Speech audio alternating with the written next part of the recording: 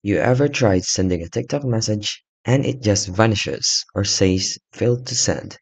This fix takes less than 2 minutes and works both on iPhone and Android. So this is how to fix TikTok messages not sending or receiving. First thing you want to do is to check your internet connection. A weak or unstable Wi-Fi or mobile data signal can prevent messages from being sent. Then you might want to try restarting the app and your device. Close the app and restart it completely. Then you might want to try updating the app and your OS. Make sure both the TikTok app and your device operating system are updated to the latest versions. Then you want to clear the cache of the app itself by going to the profile, menu, and the settings in the privacy. Simply just clear the cache to remove temporary files that may be causing issues. And those are some simple steps.